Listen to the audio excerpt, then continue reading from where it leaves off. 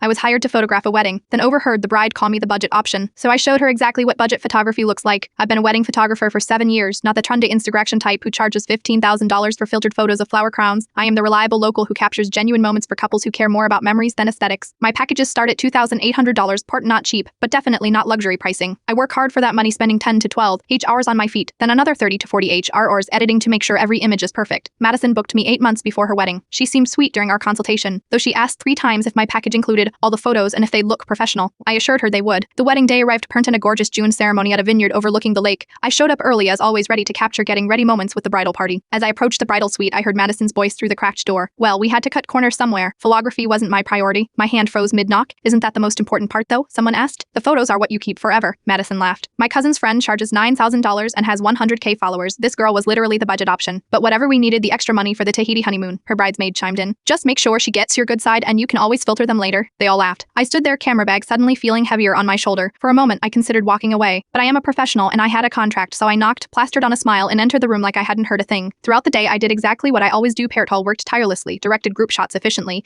and captured hundreds of beautiful, genuine moments. Madison barely acknowledged me, too busy ensuring her dress was arranged perfectly in every posed shot. But something had shifted in me. Normally, I go above and beyond. I stay late to catch those magical sunset photos. I take extra detail shots of the shrubber the couple spent months choosing. I edit out the random uncle photo bombing in the background. This time, I did exactly what the contract specified. Nothing more. I took the standard shots. I stayed the exact hours outlined. I delivered the precise number of edited photos promised. What I didn't do was the extra 2 hours I usually spend editing out double chins and softening wrinkles. I didn't fix the lighting in the reception venue that cast unflattering shadows. I didn't motove out the lipstick on Madison's teeth during the cake cutting or the sweat stains that appeared on her father's shirt during their dance. I delivered technically perfect, contractually obligated photographs, budget photography if you will. 3 weeks later, Madison called me in tears. These aren't what I expected, she said. Jessica's wedding photos looked so much better, and she used you last year. Jessica valued photography, I said calmly. She communicated what she wanted, treated me like a professional, and understood what she was paying for. But I paid you, Madison protested. Yes, I agreed. You paid for exactly what you got, parent, the budget option. The line went silent for a moment, then, can you fix them? I'll pay extra. I thought about it, I could make more money. But some things aren't about money. I'm fully booked with clients who value my work, I said, but I can recommend some great photo editing apps. I never heard from Madison again, but I did get 6 new bookings from her wedding. We're out her bridesmaids who spent the day actually talking to me and seeing me work were impressed.